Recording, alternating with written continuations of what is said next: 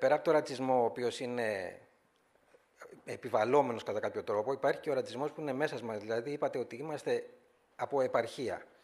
Επειδή τυχαίνει να είμαι και εγώ από καταγωγή από τη Σάμο ή από τη μητέρα μου από τον Παγόντα, κοντά στο Μαραθώ κάπου, δεν είναι τόσο τρομακτικό να είσαι από τη Σάμο. Για να το έχετε δηλαδή και να το λέτε ότι. Το φέρνετε βαρέως. Να το φέρετε βαρέως. Αυτό είναι το ένα. Τώρα, σε ό,τι αφορά το θέμα της ομοφυλοφιλιάς που λέτε, στη Γενική Γραμματεία Νέας Γενιάς έχουμε τη γραμμή 1528, η οποία λειτουργεί εδώ και λίγους μήνες. Δεν έχει διαφημιστεί πάρα πολύ, γιατί έχουμε και εμείς διάφορα ζητήματα. Γιατί όχι, έχει ενδιαφέρον, γιατί δεν έχει διαφημιστεί. Έχει φτάσει δηλαδή σε όλους τους διευθυντές των σχολείων. Για να πάει στα σχολεία πρέπει να περάσει μέσα από την πρωτοβάθμια και δευτεροβάθμια εκπαίδευση από μια διαδικασία. Και γιατί δεν περνάει λοιπόν, αφού η Γενική Γραμματεία Νέας Γενιάς είναι άμεσα συνδεδεμένη με το Υπουργείο Παιδείας. Ναι, εντάξει, λοιπόν, αυτή τη στιγμή υπάρχουν φυλάδια, υπάρχουν διάφορα πράγματα. Υπάρχει γραμμή η οποία λειτουργεί. Είναι για ομοφυλόφιλους, λεσβίες, τρανς κτλ. Καθηγητές, γονείς και πιθανόν και μαθητές. Αυτό είναι το ζήτημα για το θέμα της ομοφυλίας. Αυτή η γραμμή είναι στα προγράμματα της Γενικής Γραμματείας Νέας Γενιάς. Ακριβώς. Ωραία, νέας γενιάς. Λοιπόν, οι μαθητές είναι νέα γενιά. Εδώ και πόσο καιρό υπάρχει αυτή η γραμμή? Από αρχές Αυγούστου. Ωραία. Δεν θα έπρεπε το Σεπτέμβριο? Παίρνουμε χιλιάδες, σας το λέω στο σχολείο, χιλιάδες ενημερώσεις για τον κάθε διαγωνισμό, κάθε έκθεση και καλά κάνουν και τα στέλνουν. Για όλες τις ημερίδες των ιδιωτικών, για τα πάντα. Μία αυτό να ανακοινωθεί, εγώ δεν το θεωρώ τυχαίο. Όχι, δεν Εσείς είναι το θεωρείτε τυχαίο, ότι ακόμα δεν το έχουμε μάθει? Κοιτάξτε, υπάρχει μια γραφειοκρατία σε όλα τα πράγματα και υπάρχουν διάφορες χρονοκαθυστερήσεις για διάφορα ζητήματα. Ωραία. Πάντως τα 15 μέλη που είναι εδώ, όσα παιδιά είναι μέλη που είναι αρκετά μέλη των 15 μελών, το μάθατε. Υπάρχει και αυτό. Μεταφέρετε το και στη διευθυντή, στη διευθυντριά σας και κάντε και μια ανακοίνωση στο σχολείο.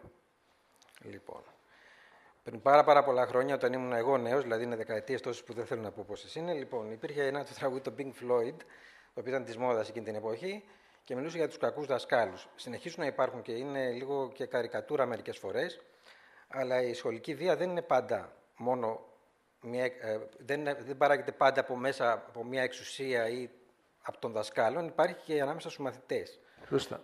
Λοιπόν, παίρνει σαν το χαμελέοντα πάρα πολλές μορφές και δεν ασκείται μόνο σε κάποιον ο οποίος είναι αλλοδαπός, αλλά και σε αυτόν που είναι άσχημος, σε αυτόν που είναι σπασίκλας, σε αυτόν που είναι έγχρωμος, φτωχός, με σεξουαλικό προσανατολισμό περίεργο κτλ. Και ούτε είναι και νέα φαινόμενα αυτά. Όποιος έχει κάνει λίγο ευρωπαϊκή ιστορία μπορεί να ξέρει ότι ήδη το 13ο αιώνα υπήρχαν συμμορίες φοιτητών στα ελάχιστα πανεπιστήμια της εποχής και ξυλοκοπούσαν ο ένας τον άλλον. Λοιπόν, δηλαδή ουαλή με, με Γάλλους ή οτιδήποτε. Οι νέοι οι οποίοι είναι θύματα βίας από τους συνομιλίκους τους κάθε χρόνο υπολογίζονται σύμφωνα με εδώ με στατιστικές που μας έχουν δώσει είναι περίπου 200 εκατομμύρια. Δεν τους έχει μετρήσει φυσικά κανείς, αλλά είναι με βάση αυτά τα οποία βγαίνουν από διάφορες στατιστικές μελέτες οι οποίες κυκλοφορούν ανεπίσημα. Δεν υπάρχει αυτή τη στιγμή όμως. Θα σας πω λίγο αργότερα, υπάρχει ένα δίκτυο για τη σεξουαλική βία, δεν υπάρχει όμως αυτή τη στιγμή ένας φορέας που να μπορεί να πάρει τα στοιχεία, να τα συλλέξει με δύο τρόπο που να μπορεί να τα διανύμει με εγκυρότητα προς όλα τα σχολεία. Στην Ελλάδα υπάρχουν στατιστικές έρευνες? Υπάρχουν, αυτό καλύτερα πρέπει να σας μιλήσει ο κύριος Μόσχος, ο οποίος είναι συνήγορος. Ο συνήγορος του παιδιού θα μιλήσει αύριο. Ναι. Και ο κύριος Κιάντης νομίζω ότι είναι από το δίκτυο. Σωστά. Ωραία. Αυτοί είναι πολύ πιο αρμόδιοι. Συνεργαζόμαστε βέβαια, αλλά είναι πολύ πιο αρμόδιοι από εμάς για αυτό το ζήτημα. Λοιπόν, η σεξουαλική βία έχει ενταθεί τα τελευταία χρόνια. Επίσης έχει πάρει και άλλες μορφές, οι οποίες ήταν άγνωστες. Γιατί η σεξουαλική βία με την έννοια του πειράγματος υπήρχε πάντα. Η καζούρα, η καζούρα υπήρχε πάντα, ναι, δεν ήταν κάτι καινούριο. Φυσικά, εμείς δεν μπορούσαμε στην εποχή τη δική μου να έχουμε διαδικτυακό εκφοβισμό, ας πούμε, ή από κάτι άλλο που να έχει σχέση με το Facebook ή με κάποια άλλη τέτοια μορφή. Σήμερα υπάρχουν και αυτά. Για μας είναι ένα είδος, μερικές φορές, σαν να ξεκινάει ένας μικρός κυβερνοπόλεμος και ξεκινάει από μικροεπιθέσεις, ενέδρες, και επιθέσεις, μια προπαίδεια κυβερνοπολέμου, η οποία ξεκινάει από το σχολείο και μπορεί αργότερα να εξελιχθεί σε οτιδήποτε. Το bullying είναι παράλληλο συνήθως με τον ρατσισμό, την υποβάθμιση και την απόρριψη του άλλου ανθρώπου, για οποιοδήποτε λόγο. Τι κάνουμε τώρα εμείς στη νέα γενιά? Καταρχήν, επειδή η νέα γενιά είναι μια υπηρεσία η οποία ασχολείται με πάρα πολλά ζητήματα της νεολαίας και επειδή τα χρήματα είναι περιορισμένα και επειδή δεν είμαστε και πάντα ειδικοί να ξέρουμε τι ακριβώς συμβαίνει. Συνεργαζόμαστε με πάρα πολλούς φορείς. Με την ΥΠΑΤΗ Αρμοστία του ΟΕ για τους πρόσφυγες κάνουμε ένα διαγωνισμό πανελλήνιο κάθε χρόνο μαθητικής δημιουργίας για την ευαισθητοποίηση των μαθητών. Η λέξη ευαισθητοποίηση και αυτή είναι λίγο περίεργη πια. Έχει γεμίσει παρατηρητήρια και ευαισθητοποιημένους. Αλλά δεν γίνεται να μην υπάρχει κάποιος τρόπος, όπως είπατε, γιατί να μην διαφημιστεί ας πούμε, το θέμα της γραμμής. Διεξάγεται αυτός ο διαγωνισμός εδώ από το 2007. Υπάρχει κάθε χρόνο μια τελετή βράβευση. Έγινε φέτος εδώ στην Τεχνόπολη. Ένας διαγωνισμός που κάνει η νέα γενιά. Μέσα από την ΥΠΑΤΗ Αρμοστία. Μέσα από την ΥΠΑΤΗ Αρμοστία, με ποιο θέμα ξαναπείτε? Μερικές φορές εμείς μπορεί να είναι ένα προγραμμά στο να θέτουμε σε άλλους. Όπως εδώ χρηματοδοτείται αυτό, χωρίς να είμαστε εμείς στο δημιουργικό κομμάτι. Ναι, αυτό το είπα στην αρχή. Ναι. Το πρόγραμμα Νέα Γενιά σε δράση, μέσω της Γενικής Γραμματείας της Νέας Γενιάς και του Ιδρύματος Νεολαίας και Διαβημάτισης. Ναι. Υπάρχει επίσης ένα... Όχι, πείτε μου ξανά. Ναι, αυτός ο διαγωνισμός λοιπόν, που γίνεται, ποιο θέμα έχει, ξαναπείτε μου? Είναι πανελλήνιος διαγωνισμός μαθητικής δημιουργίας και έχει σκοπό την ευαισθητοποίηση των μαθητών και στην καταπολέμηση του ρατσισμού και της ξενοφοβίας. Δηλαδή, φτιάχνουν αφήσεις κατά το φτιάχνουν αφήσεις, φτιάχνουν ανάλογα με το τι θέλει το κάθε σχολείο. Ωραία. Έχετε ανταπόκριση? Ναι. Εξαρτάται βέβαια και από την ΥΠΑΤΗ Αρμοστία. Εμείς δεν μπορούμε να τρέξουμε. Ναι, είναι και θέμα καθηγητών, είναι θέμα πάρα πολλά πράγματα. Πολύ ψηλή ανταπόκριση, εδώ με ενημερώνω. Ωραία, για συνεχίστε. Υπάρχει και ένα άλλο, ένα παιχνίδι, δεν λέγεται περάσματα, γιατί ξέρετε μερικές φορές η αφίσα όσο χρήσιμη και να είναι, δεν είναι τίποτα άλλο παρά ένα κομμάτι χαρτί, το οποίο βομβαρδιζόμαστε από εικόνες ήδη. Οπότε μία ακόμα εικόνα επιπλέον δεν θα δημιουργήσει πιθανόν την κρίσιμη ας πούμε, παρακίνηση. Ναι. Τα περάσματα είναι ένα βιωματικό παιχνίδι για μαθητές και νέους από 12 ετών και πάνω και ο καθένας σε αυτό το παιχνίδι παίζει ένα ρόλο. Δηλαδή παίρνει το ρόλο ενός μετανάστη, άλλος παίρνει το ρόλο ενός χρυσαυγίτη, μπορεί να πάρει οποιαδήποτε μορφή τέτοια, ώστε να το ζήσει και ο ίδιος σαν ένας μικρός ηθοποιός, ώστε να καταλάβει καλύτερα πώς είναι να σε κοροϊδεύει κάποιος, παρά να δεις, ας πούμε, μην κοροϊδεύεις κάποιον. Δεν θα σας πω λεπτομέρειες για το παιχνίδι, τις έχω γραμμένες εδώ, δεν έχει νόημα όμως. Λοιπόν, έχει ξεκινήσει αυτό το πρόγραμμα από την Αττική, θα τελειώσει το Μάρτιο του 2013 και υπάρχει ελπίδα να επεκταθεί σε όλη την Ελλάδα, εφόσον υπάρχουν και τα κονδύλια, γιατί όπως ξέρετε πλέον έχουμε προβλήματα, όχι μόνο αν ένα πρόγραμμα είναι πετυχημένο και αν είναι και φτηνό κάπως. Λοιπόν, υπάρχει το δίκτυο κατά της βίας στο σχολείο. Αυτό το δίκτυο, για να πείτε μας για αυτό το δίκτυο, γιατί αυτό είναι το σημαντικό για μας τώρα. Ναι. Λοιπόν, έχει ξεκινήσει περίπου εδώ και 2 χρόνια. Είναι αρκετοί φορείς μέσα, τα παιδιά δεν έχει να τους απαριθμίσω εδώ. Οπωσδήποτε όμως είναι το Υπουργείο Παιδείας. Λοιπόν, και υπάρχουν και από το Αριστοτέλειο Πανεπιστήμιο ή από την Πανεπιστημιακή Παιδοψυχιατρική Κλινική της Ιατρικής Σχολής του Πανεπιστημίου των Αθηνών, του Ινστιτούτου Υγείας του Παιδιού και η ΕΨΠΕ και διάφοροι άλλοι. Λοιπόν, τι κάνουν όλοι αυτοί? Είναι άτυπο το δίκτυο αυτή τη στιγμή. Ήδη όμως και το Υπουργείο Παιδείας έχει ανακοινώσει την ίδρυση ενός παρατηρητηρίου, το οποίο θα συλλέγει πληροφορίες με ένα συγκεκριμένο τρόπο και θα τις διαχέει εκεί που πρέπει, τα περιστατικά δηλαδή του bullying. Γιατί αυτή τη στιγμή εμείς δεν ξέρουμε τι ακριβώς γίνεται στα σχολεία. Κρίμα που δεν ήρθε το Υπουργείο Παιδείας ξανά εδώ. Το ξαναλέω.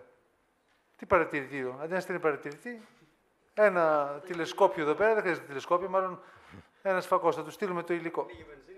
Να μην μπαίνει και σε έξοδο. Ναι. Θέλω να πω ότι μόνο οι καθηγητές των σχολείων και τα παιδιά γνωρίζουν τι γίνεται στο σχολείο τους. Εμείς δεν γνωρίζουμε καθόλου. Δεν υπάρχει περίπτωση. Ούτε μπορούμε να συλλέξουμε. Να αναθέσουμε σε ποιον. Όταν τα ίδια παιδιά, όπως ακούστηκε, φοβούνται να πούν ορισμένα πράγματα, δεν μπορούν να πούνε, θα πάμε εμείς στο μαραθώκα να βρούμε τα στοιχεία. Δεν υπάρχει περίπτωση. Πρέπει κάποιος να τα συλλέξει και να τα επεξεργαστεί και να πάρει και κάποια μέτρα γι' αυτό. Υπήρξε ανταπόκριση, το δίκτυο έχει γίνει δεκτό και από τον πρόεδρο της Δημοκρατίας. Υπάρχει μια ιστοσελίδα, έχει καθιερωθεί η 6η Μαρτίου σαν ημέρα κατά της βίας στο σχολείο. Άλλη μια μέρα. Σαν τη μέρα της γυναίκας. Λοιπόν, της γυναίκας. τυπώθηκε αφίσα. Λοιπόν, μοιράστηκε στα σχολεία η συγκεκριμένη αφίσα. Τώρα ετοιμάζουμε την καινούργια αφίσα. Έγινε ένας πανελλήνιος μαθητικός διαγωνισμός από νηπιαγωγεία, δημοτικά και γυμνάσια από όλη τη χώρα. Πήραν μέρος περίπου 94 σχολικές μονάδες. Η Κριτική Επιτροπή έβαλε τους 10 πρώτους και μετά εμείς από βίντεο και αφήσεις και μετά το ανεβάσαμε στο Facebook και ψήφισαν τα παιδιά. Όταν ψηφίζει κάποιος στο Facebook, βέβαια, υπάρχει ένας κίνδυνος να υπάρχουν ψήφοι οι οποίοι δεν είναι πραγματικοί, αλλά θέλαμε να το εκμεροντερνήσουμε λίγο. Λοιπόν, αυτοί που βγήκαν νικητές,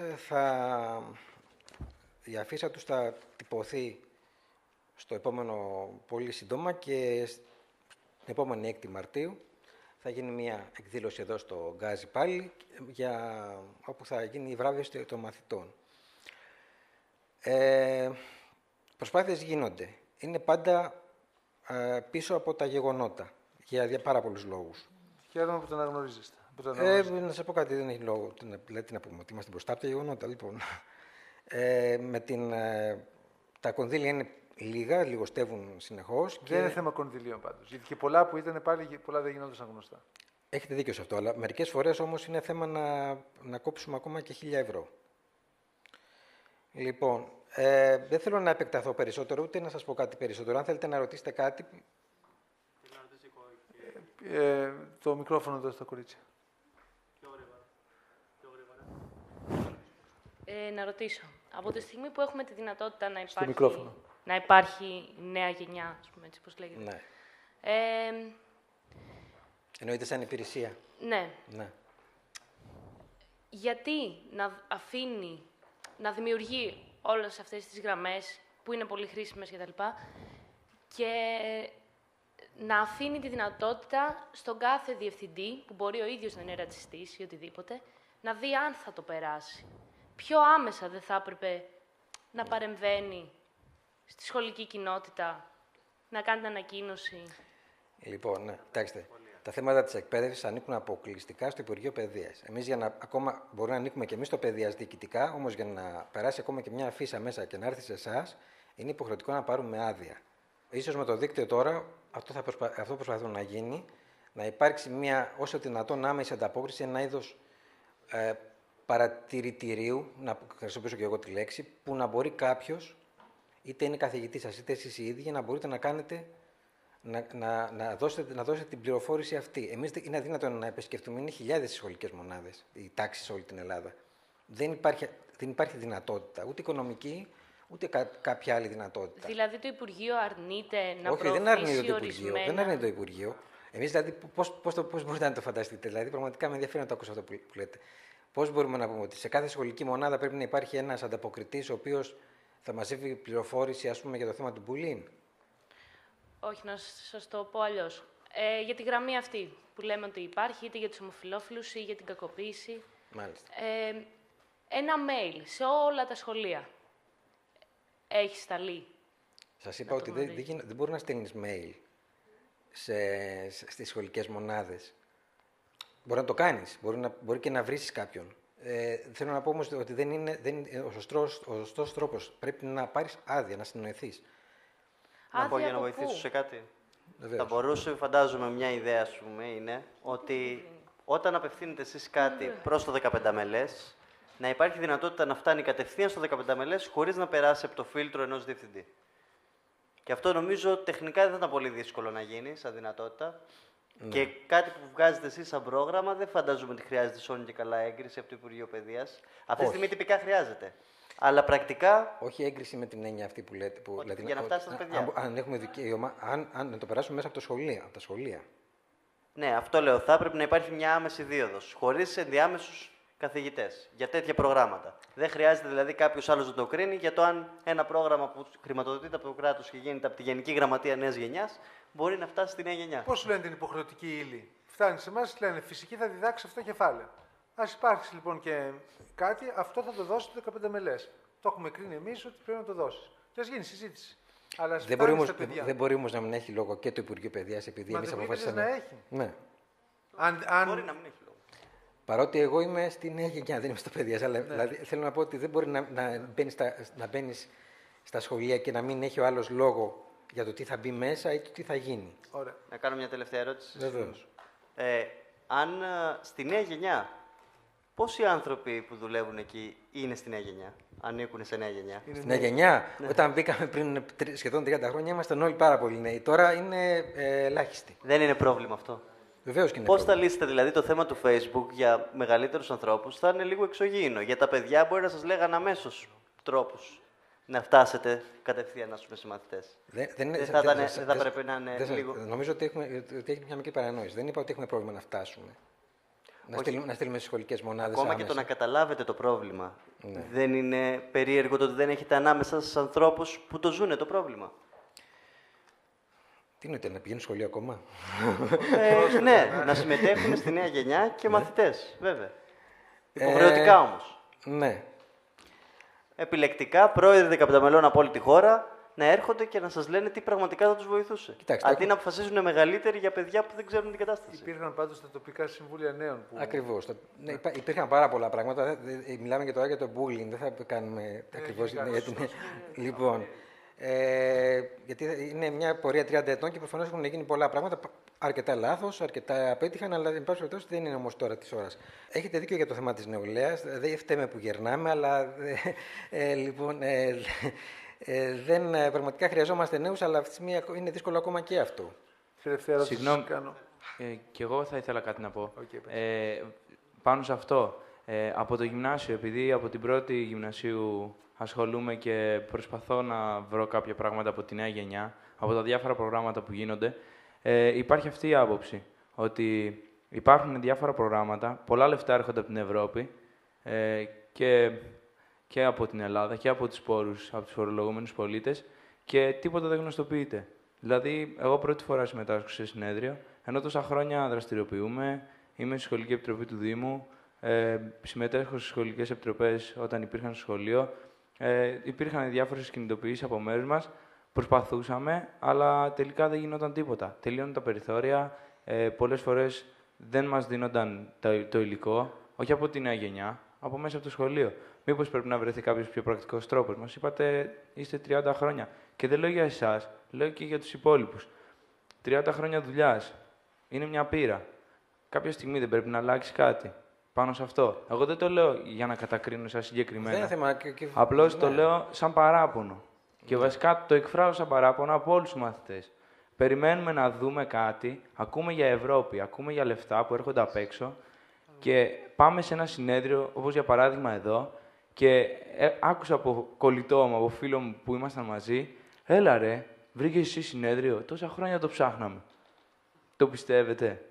Το πιστεύετε ότι άκουσα τέτοια άποψη? Ή ότι, συγχρηματοδοτήθηκε, πάλι κάτι λεφτά θα φάνε. Στη ζούλα. Στη ζούλα. Ναι. Στη ζούλα. Ναι. Γιατί όταν δεν μαθαίνει κανείς τίποτα, αυτό γίνεται. Προσωπικά εγώ αυτό πιστεύω. Ότι αν δεν γνωστοποιείται, λέει είναι για λίγους. Άρα είναι για τους εκλεκτούς. Άρα για ποιους? Για αυτούς που προσκυνάνε. Άρα για αυτούς που είναι μέσα στο σύστημα. Εσύ φίλε μου, από πού είσαι? Εγώ είμαι από τη Λευκάδα. Από το δεύτερο λύκειο. Και τι τάξη πηγαίνεις τώρα? Δεύτερο λυκείου. Πρώτα να σας πω με αφορμή αυτά που είπε και τον τρόπο που τα είπε, ξέχασα να σας το πω πριν, και με συγχωρείτε που σας διακόπτω αυτό, πόσο όλους εμάς τους μεγαλύτερους, εδώ πέρα σε ηλικία, μας έχετε συγκινήσει σήμερα. Άκουγα στο διάλειμμα από διάφορους φίλους που είναι εδώ πέρα, πόσο εξαιρετικοί βρίσκουν την παρουσία σας. Και ήθελα να σας το πω αυτό για να χαρούμε όλοι. Συγγνώμη, να σας πω κι εγώ. Θέλω τόση ώρα μία ερώτηση, μισό λεπτό, στον κύριο Πουλιαρά πριν φύγει. Μιλήσατε σήμερα, αυτά που μας είπατε για την ενδοσχολική βία. Θέλω να σας ρωτήσω αν εσείς ως παιδί, ως έφηβος, είχατε δεχθεί ενδοσχολική βία. Ναι, γιατί ήμουν κοντός και με πειράζαν.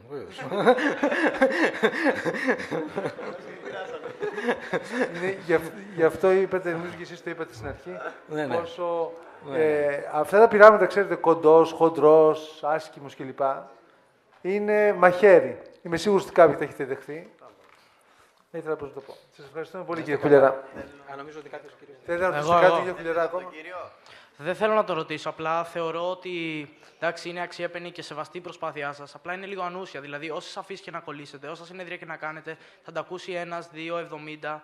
Αλλά και αυτοί θα φοβούνται αφού είναι μόνοι τους. Αν δεν υπάρξει μια πιο ανθρωπιστική παιδεία, δηλαδή να μας διδάξουν ότι και ο ομοφυλόφιλος και ο Αλβανός και ο Πακιστανός και οποιοδήποτε είμαστε άνθρωποι.